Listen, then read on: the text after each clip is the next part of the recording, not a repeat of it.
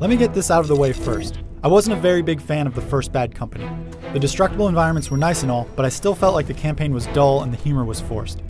Enter Bad Company 2, the latest in a long line of shooters from DICE. Of course, multiplayer has always been the star of the Battlefield branded games, but let's talk first about the campaign. After an interesting introduction, you're immediately reunited with the characters from the first game. Thankfully, they're a lot less annoying this time around. I can't believe you're leading us through another minefield, Haggett. The plot is your typical action film fare here. You need to jump around the world to find a super weapon with awesome power, etc., etc. It may not be the most original concept, but it does set the stage well for some crazy amounts of action.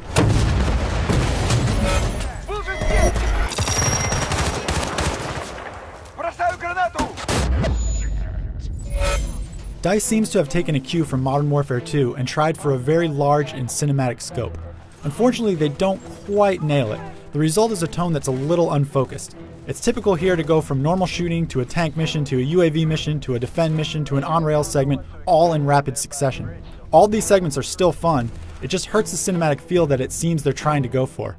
When everything is a high action sequence, there's very little tension building. And those brief moments of downtime are needed to add weight to the thrilling sections. On the plus side, this is a very good looking game. The draw distance is excellent and you're often treated to beautiful vistas. There are a good variety of locations and the Frostbite engine's environmental destruction is still very impressive. I did encounter a few weird issues like slow loads when new weapons are picked up in the 360 version, and the multiplayer interface isn't quite as polished as it could have been. It's pretty jarring to have a multiplayer match abruptly end right when the game is won. These aren't huge things, but they do affect the overall feel of the presentation.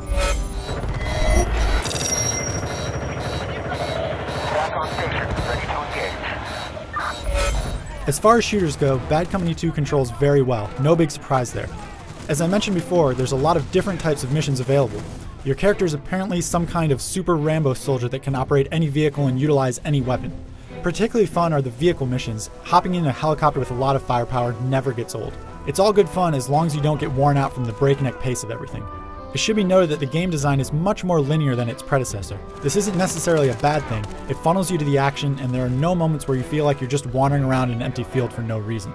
Now, while the campaign is solid, it's not really worth the full price of the game. After all, it's relatively short at about 6 hours. However, there's multiplayer.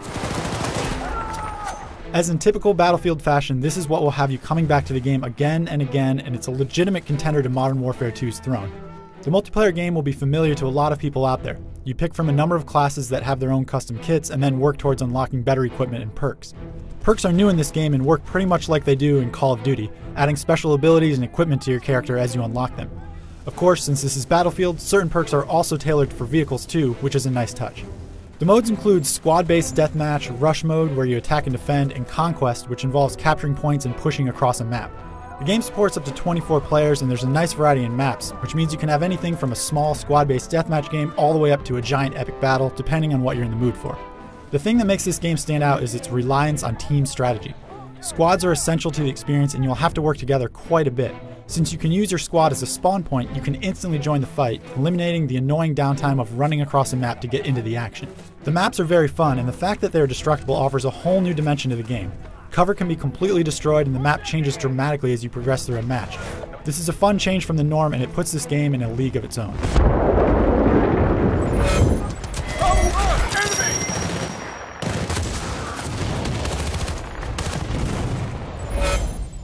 If you're just buying Bad Company 2 for its single player, you might end up being disappointed. It's solid but not remarkable.